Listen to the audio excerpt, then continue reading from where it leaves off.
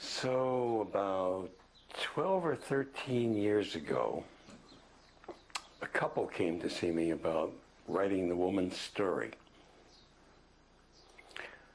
It's a very interesting story. She had had horrible child abuse, and she also always knew that although she was more or less born into the body of a boy, she was really a girl. And much later in her story, she had a sex change operation. And there were lots of episodes along the way.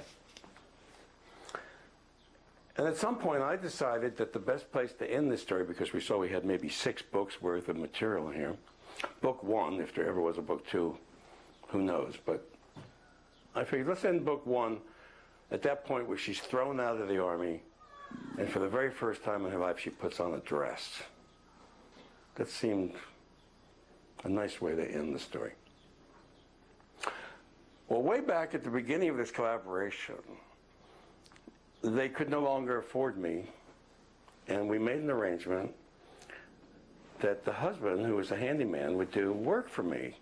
So they would come out all day Saturday, and he would be out there in my backyard building a gazebo or ripping up my front lawn to replace the sprinkler system or painting the house or whatever he did. And Jackie and I would be in the office, and then he would join us later. Bob would join us later. Well, Bob took it into his head after about 2 years of this project, and we had maybe 90% of the book written,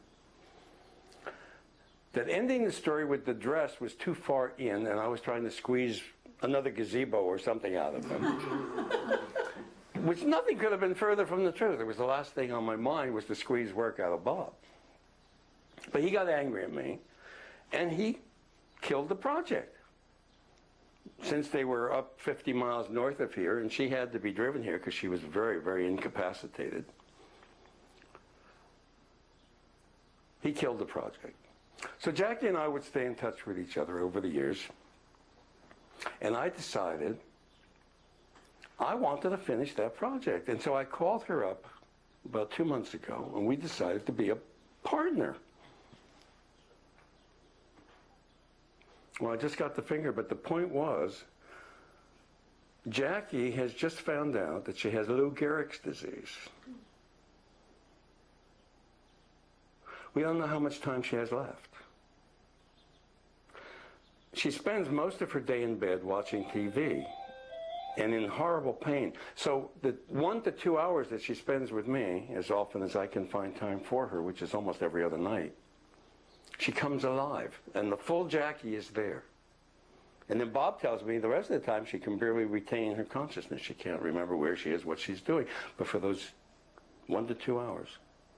So it's just wonderful. Thank you.